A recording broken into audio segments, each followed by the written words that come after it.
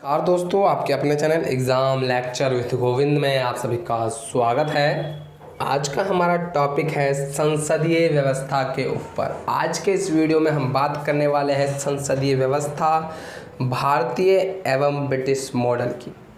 संसदीय व्यवस्था भारतीय एवं ब्रिटिश मॉडल में अंतर की बात करने वाले हैं।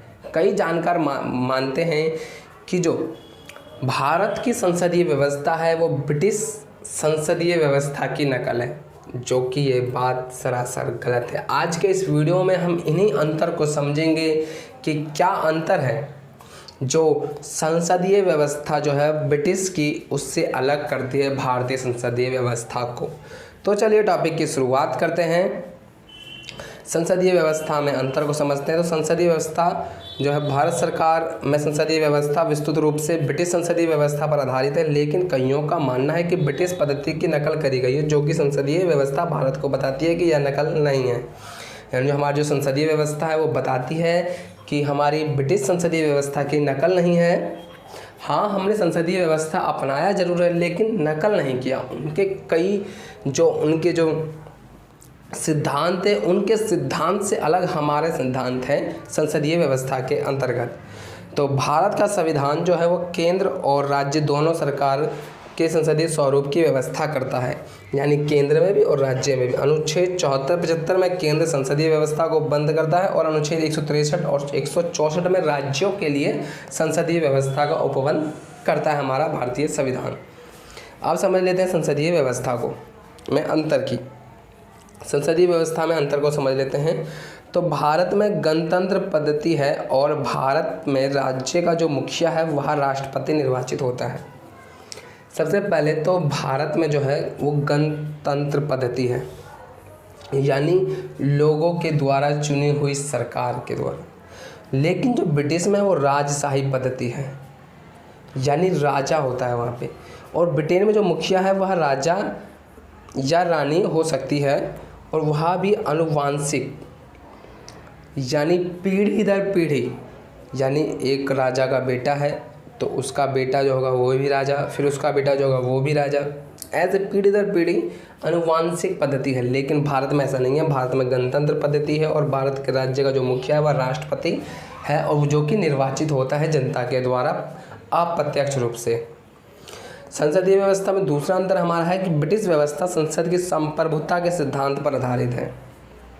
ब्रिटिश व्यवस्था संसद के संप्रभुता के सिद्धांत पर आधारित है, लेकिन भारत में ऐसा नहीं है। भारत की संसद सर्वोच्च नहीं है और शक्तियों पर प्रतिबंध है। संसद की शक्तियों पर प्रतिबंध है क्योंकि यहाँ एक लिखित संविधान है और संघीय व्यवस्था है, न्यायिक समीक्षा है और मूल अधिकार भी है, जो कि भारत की संसद की शक्ति पर प्रतिबंध लगाता है। लेकिन ब्रिटिश के अंतर्गत ऐसी कोई व्यवस्था नहीं है। ब्रिटिश के अंतर्गत संप्रभुता का सिद्धांत पर आधारित है, यानी सारी व्यवस्था सिर्फ एक के हाथों में है, लेकिन भारत में ऐसा नहीं है।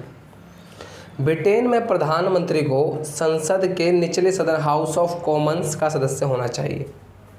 ब्रिटेन के अंतर्गत 2 सदन होते हैं ब्रिटेन में भी, जैसे हमारे में लोकसभा प्लस में राज्यसभा होते हैं, उनमें हाउस ऑफ कॉमन्स और हाउस ऑफ लॉर्ड होता है।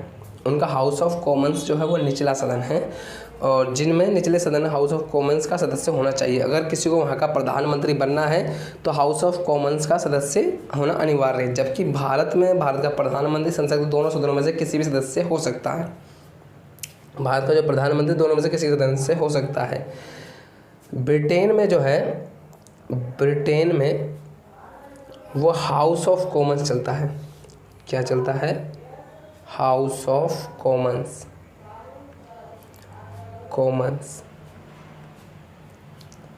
लेकिन भारत के अंतर्गत ऐसा नहीं है। भारत में जो है लोकसभा का हो प्लस में राज्यसभा का हो, वह किसी का भी सदस्य हो सकता है। और इसके उदाहरण के लिए 1996 में इंदिरा गांधी, 1966 में इंदिरा गांधी और 1996 में देवगढ़, और 2004 और 2009 में प्रधानमंत्री मनमोहन सिंह जो थे राज्यसभा के सदस्य थे, ना कि लोकसभा के। तो ब्रिटेन के अंतर्गत जो है वो निचले सदन हाउस ऑफ कॉमन्स का सदस्य होना अनिवार्य है प्रधानमंत्री के, लेकिन भारत में ऐसी कोई वो नहीं है। ब्रिटेन में संसद सदस्य के बतौर मंत्री नियुक्त नहीं किए जाते।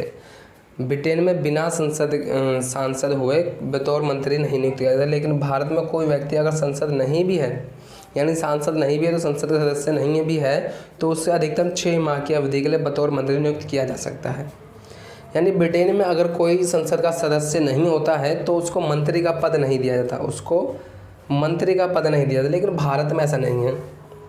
भारत में अगर कोई व्यक्ति संसद का सदस्य नहीं भी है तो उसको 6 महीने तक अवधि के बतौर मंत्री नियुक्त किया जा सकता है। और ऐसा हमने देखा है कईयों के केस में। अभी हाल फिलहाल में असम की मुख्यमंत्री ममता बनर्जी जी जो हार गई है, उनको भी मुख्यमंत्री का पद दिया गया और 6 महीने में उनको चुनाव कहीं से ना कहीं से जगह से जीतना पड़ेगा। तो भारत में ऐसी व्यवस्था नहीं है कि अगर संसद का सदस्य नहीं हुआ तो वो मंत्री नहीं बन सकती, या राज्य के स्तर पर देखे तो मुख्यमंत्री नहीं बन सकती। बन सकते हैं, बतौर उन्हें 6 महीने की अवधि के मंत्री नियुक्त किया जा सकता है। और लेकिन उन्हें 6 महीने के अंदर अंदर किसी भी राज्य से जगह से उन्हें जीतना आवश्यक है। ब्रिटिश कैबिनेट उस अवस्था में छाया कैबिनेट, शैडो कैबिनेट एक अनोखी संस्था है। इसमें विपक्षी पार्टी द्वारा गठित किया जाता है ताकि सत्तारूढ़ दल संतुलन बना है और अपने सदस्यों को भावी मंत्रालय कार्यों के लिए तैयार किया जा सके। ये एक ऐसी व्यवस्था है ब्रिटेन के अंतर्गत कि जो विपक्षी पार्टी होती है उनके लिए होता है। एक कैबिनेट होता है, एक ये संस्था के रूप में होता है जो कि विपक्षी पार्टियों के द्वारा गठित किया जाता है ताकि जो सत्तारूढ़ दल है उसके साथ संतुलन बनाया जा सके और अपने सदस्यों को, जो विपक्षी पार्टियों के सदस्य हैं, उनके भावी मंत्रालय कार्यों के लिए तैयार किया जा सके। लेकिन भारत में ऐसी कोई संस्था या व्यवस्था नहीं है। तो ये सारे के सारे जो हैं वो कारण हैं हमारे संसदीय व्यवस्था के अलग करने के, जो कि हमारा भारत का संसदीय व्यवस्था अलग करता है ब्रिटिश के संसदीय व्यवस्था से।